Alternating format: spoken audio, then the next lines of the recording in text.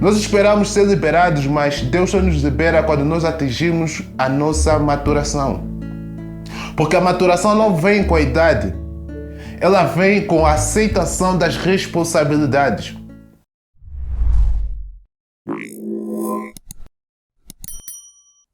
Bem, é absolutamente incrível estar aqui com vocês hoje e poder partilhar a palavra de Deus. E eu acredito realmente que o nosso tempo juntos hoje aqui será muito bem aproveitado. Será um tempo de qualidade e eu sinto-me muito honrado pelo convite que eu recebi do pastor Chris para estar aqui. E eu sempre celebro um pai espiritual, que é visionário, que é capaz de ouvir de Deus para poder fazer mudanças e, consequentemente, acompanhar o crescimento da Igreja do Senhor Jesus Cristo. E eu trago para vocês saudações da Atlanta, de onde eu venho e sou pastor de 20 mil pessoas lá. E eu oro para que esse nosso tempo hoje juntos possa ser um tempo de qualidade. E nessa hora eu quero que você saiba que eu tenho ensinado a palavra de Deus todas as semanas, sem falhar, há 45 anos. 45 anos. Isso tem sido realmente incrível, tal como a minha curta estadia aqui na Terra. E eu realmente sou muito grato a Deus, sabe? Eu venho de uma fábrica de cosméticos, nós estudamos cabelos. Nós realmente fazemos isso, nós produzimos muito cosméticos lá. Os meus irmãos mais velhos são químicos e eles desenvolveram as suas próprias fórmulas. E é um fato muito interessante, é que basicamente o homem tem 3 cortes de cabelo. Cabelo separado, cabelo unido e cabelo repartido.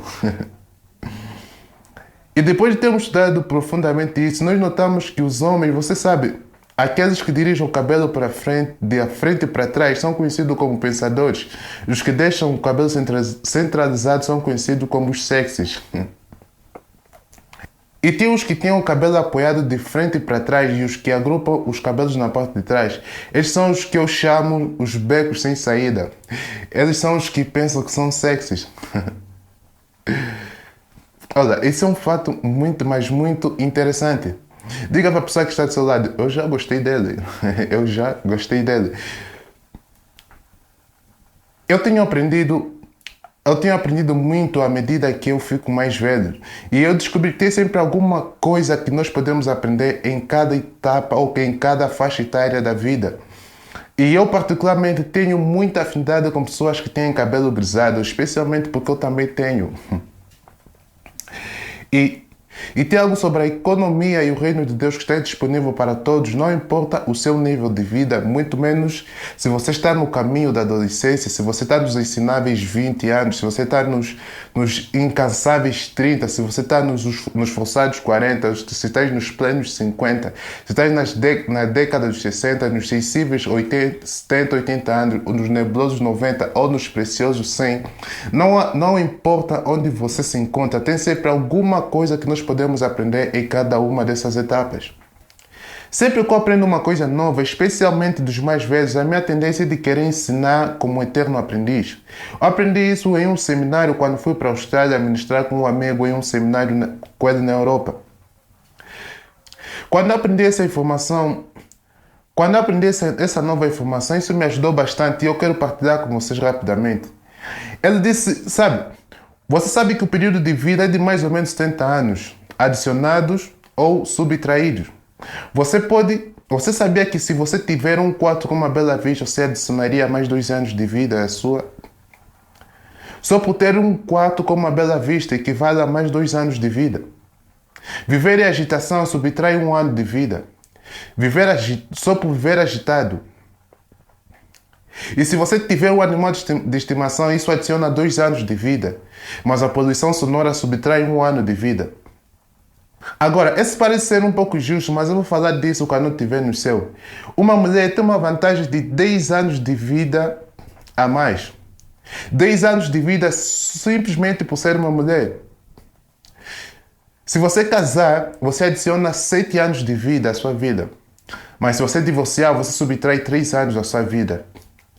Se você é um ser feliz, você adiciona 10 anos à sua vida, mas uma baixa autoestima subtrai 4. Dormir pouco subtrai 4 anos de vida. E se você tem fé, adiciona 7 anos a sua vida. E assim que eu aprendi essa informação, sabe? Eu pensei a respeito e comecei a pôr isso em prática. E então, cá vai o meu novo resultado para chegar aos 70. Eu mudei de quarto, fui para um quarto com uma bela vista, comprei um animal de estimação, eu casei e todos os meses não me esqueço de ser feliz, continuo a viver pela fé e isso garante para mim viver até os 97 anos. E quando eu chegar aos 97 anos, eu vou querer mudar de gênero para ver se eu vou chegar aos 107 anos. Isso é incrível, isso é absolutamente incrível. E hoje eu quero partilhar com vocês sobre 4 simples palavras. 4 palavras simples que eu ouvi de Deus, apenas 4 simples palavras. A primeira palavra vem de Êxodo, capítulo 3, nos versos 12 e 3, e que diz: Apareceu o anjo do Senhor a Moisés em uma sarça ardente no monte, e viu Moisés que a sarça ardia em fogo, mas não se consumia. Isso chamou a atenção de Moisés para procurar saber o porquê que a sarça queimava e não se consumia. Essa é a primeira palavra que eu tenho para vocês. Atenção. Você pode repetir comigo? Atenção. Veja. Esses que estão a ver esse vídeo, eles tiveram que se conectar. Atenção é um ponto muito crucial. Deus chamou a atenção de Moisés. Antes dele falar conosco, ele precisa que nós possamos prestar atenção a ele. Não importa se você está a falar com seu filho, com seu neto, você precisa ter a atenção dele. Veja como é que isso funciona. O que nós mais temos é tempo do que atenção. Porque o fato é que dar tempo a uma pessoa não significa que você está a dar atenção. É como vários irmãos. Eu sou mais velho antiquado, mas eu cresci com um pai duro em casa e ele teve 6 filhos. Ele não começou a ter uma família antes dos 40. Ele tinha 50 quando eu nasci. E eu sou o número 4 de 6 irmãos. Ele teve o 5º filho aos 55 anos e o 6º filho com 60. Nós podíamos estar sentado à mesa para o jantar e o telefone podia tocar e ele não permitia que ninguém saísse para poder atender. Enquanto nós comíamos, a televisão ficava desligada. Desse jeito, nós conversávamos uns com os outros e a nossa atenção era partilhada e tínhamos um momento de família juntos. Nós tínhamos uma atenção compartilhada. Veja, quando Deus falou com Moisés, ele fez a sarça arder em fogo para poder chamar a atenção dele. Algo deixou de ser ordinário para poder ser capaz de chamar a atenção de um homem. Às vezes tem algumas coisas que Deus vai usar na sua vida só para poder chamar a sua atenção. Algumas delas são apenas meras repetições. Ele vai falar isso através de alguma coisa. Pode falar através da televisão, através de alguma coisa que você estiver a assistir online, através de uma conversa, através de um livro que estiveres a ler, ou através das coisas que estão ligadas àquilo que Deus quer que você se lembre e colocou no seu espírito, confirmando uma palavra para perceberes que não é uma coincidência, mas sim Deus chamando-te a atenção a respeito de um determinado problema. Deus está falando para mim. Deus pode usar uma estratégia para chamar a sua atenção. Deus pode usar uma doença para chamar a sua atenção. Tem algumas pessoas que quando estão muito bem de vida, já não conseguem mais dar atenção a Deus. Então Deus tem que esperar eles perderem alguma coisa, só para poder ganhar a sua atenção. Ele está a tentar ganhar a sua atenção para poder falar conosco que tem alguma coisa que nós precisamos fazer junto. Tem alguma coisa para nós fazermos juntos. No segundo livro de Timóteo, no seu capítulo 1, no verso 9, a Bíblia não fala somente que nós precisamos ser salvos, mas também nós fomos chamados. Nós fomos salvos e chamados. Não tem nada a ver simplesmente com a salvação. Se a salvação fosse o cume do propósito de Deus, tão logo que nós fôssemos salvos, nós teríamos arrebatados para os céus. Mas o propósito é sermos igreja para os desigrejados, sermos o sal e luz do mundo. Por isso é que Deus não faz algo para ganhar. Deus não faz algo sem antes ganhar a nossa atenção. Ele tem que fazer isso, ele tem que ganhar a nossa atenção. Isso aconteceu uma experiência, e essa é uma experiência semelhante que aconteceu a Saulo a caminho de Damasco. Tudo aconteceu só para Deus poder ganhar a atenção de Paulo. Ele simplesmente caiu. Você sabe, ele caiu para desviar a sua atenção. Deus colocou um fogo em alguma coisa da sua vida para poder chamar a sua atenção. Deus usou a pandemia simplesmente para chamar a atenção de todo mundo. Ele fez o mundo parar. Eu estava na Alemanha falando para as forças militares dos Estados Unidos depois da pandemia terminar. Eu tinha mais umas 2 sessões para fazer e eu disse, sabe, a América está de rastos. Se eu não estiver lá até sexta noite, eu vou ter que deixar de vos dar atenção. Mas eu estou muito feliz que pelo que Deus fez para ganhar a nossa atenção e para começar a falar-nos a respeito do verdadeiro problema. Você sabia que eu descobri que o mal é um subproduto da negligência? Que o mal é um subproduto da preguiça e o subproduto da distração? Você já imaginou quanta distração digital nós temos hoje em dia no nosso mundo?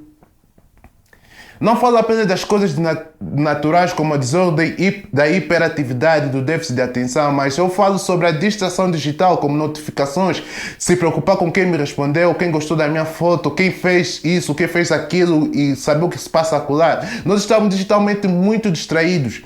Mas as pessoas estão tão ocupadas com seus trabalhos que Deus às vezes faz coisas ordinárias para criar uma interrupção para poder ganhar a nossa atenção. Isso acontece por causa do conteúdo que sobrevém de uma voz. Uma vez que Deus colocou fogo na sarça, Moisés mudou de direção, deixou de parte a sua própria estrada.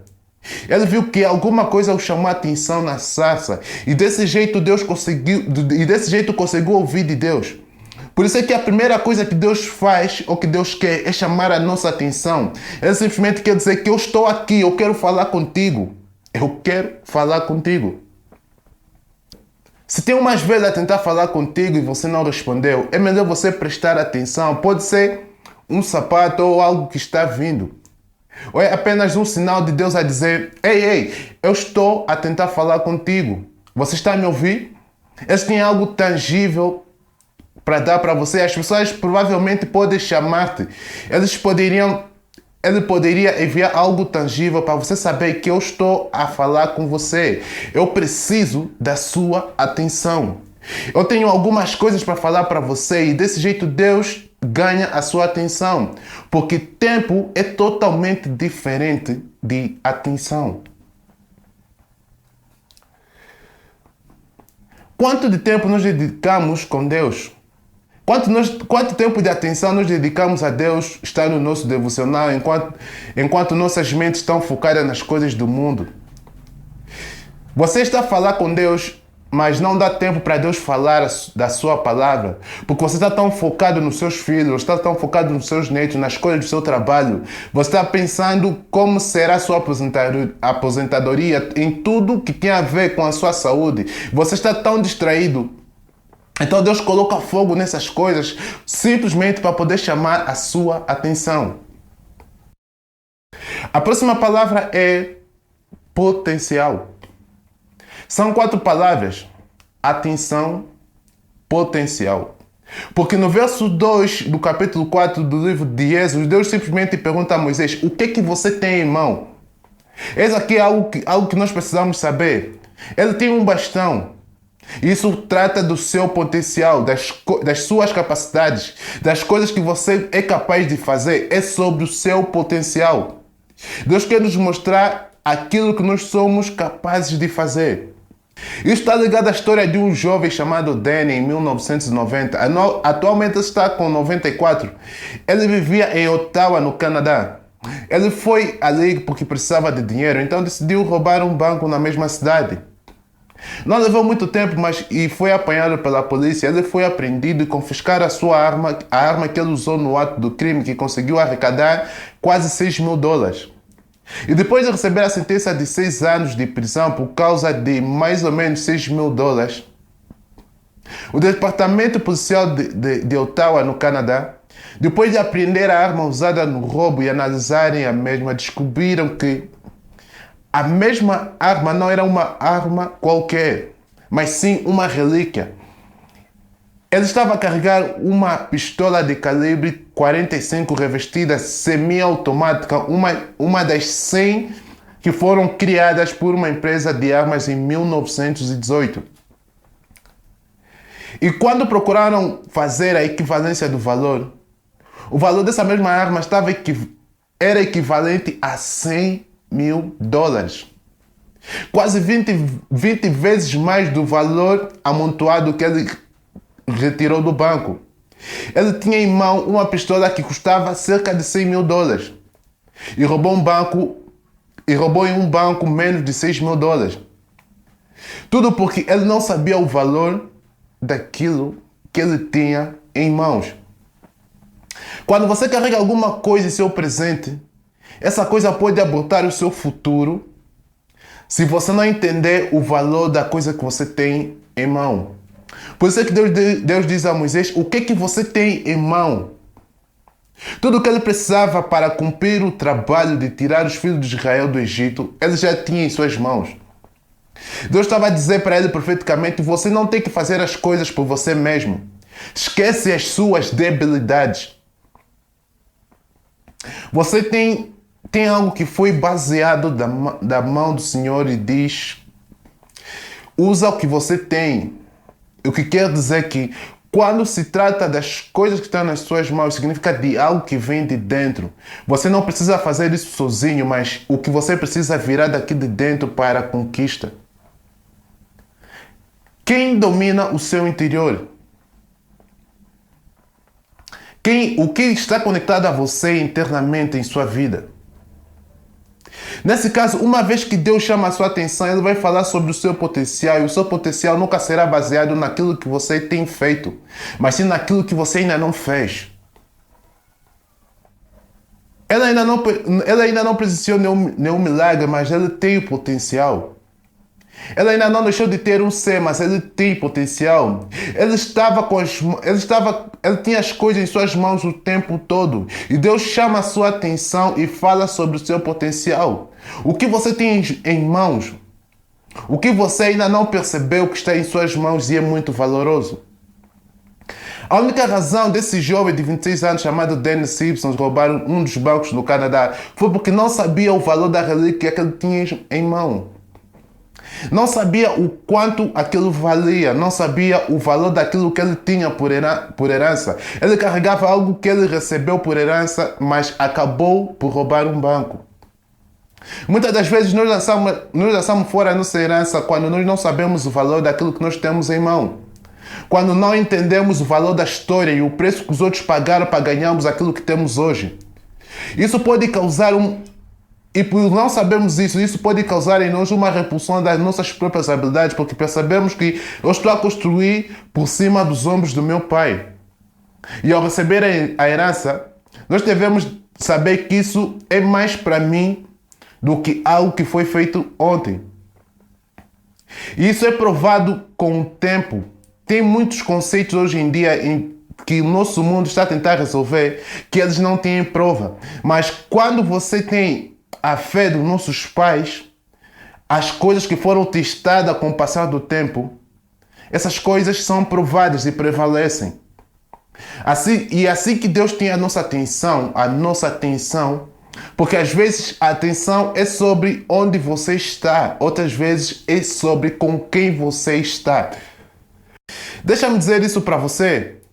Tudo que Deus quer fortificar em sua vida, Ele vai fazer por intermédio de uma pessoa. E tudo que o diabo quer enfraquecer em sua vida também vai fazer por intermédio de uma pessoa.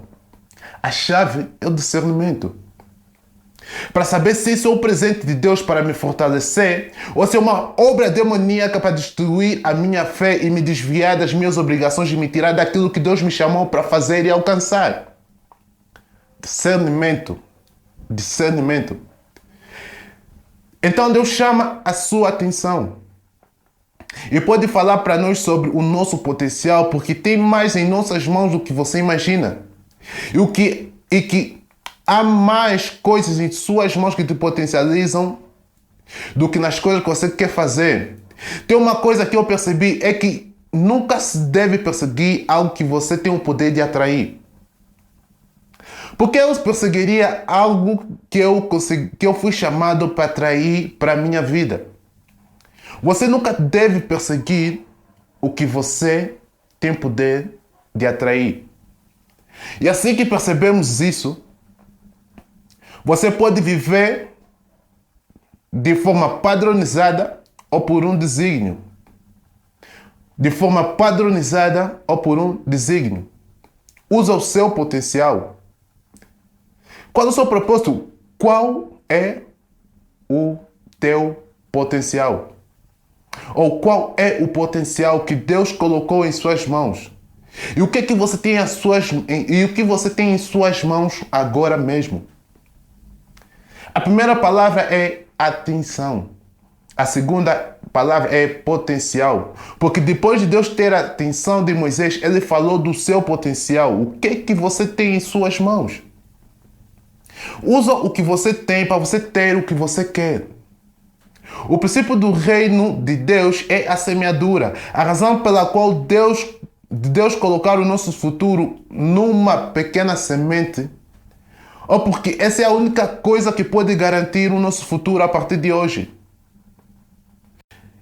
Quando nasce uma menina, ela nasce com todos os ovos que ela vai precisar à medida que ela vai crescer. Ela nasce com todos os ovos necessários, desde os 7, 8, 9, 10, 11, 12. Estes ovos são renovados à medida que ela vai crescendo ou à medida que ela atinge a maturação. Todos os ovos que não são usados, eles são substituídos. Isso é um processo constante, porque o seu sistema já tem esse potencial. Isso acontece toda a vida. Elas não precisam comprar óvulos. Elas não precisam fabricar óvulos. Elas apenas liberam aqueles que já estão amadurecidos. E esse é o mesmo caso que acontece conosco. Nós esperamos ser liberados, mas Deus só nos libera quando nós atingimos a nossa maturação. Porque a maturação não vem com a idade. Ela vem com a aceitação das responsabilidades. Quando nós aceitamos as nossas responsabilidades e dissemos: Deus, eu sou responsável, eis-me aqui, envia-me a mim. E quando nós confiamos na economia de Deus, depois dele ter a nossa atenção e deixarmos que ele nos faça perceber aquilo que nós já temos em nossas mãos, e que o passado está em nossa mente, mas o futuro se encontra agora em nossas mãos, então nós começamos a fazer acontecer. Porque há uma semente em suas mãos agora mesmo. E essa precisa ser lançada em detrimento daquilo que você quer ter de volta em sua vida.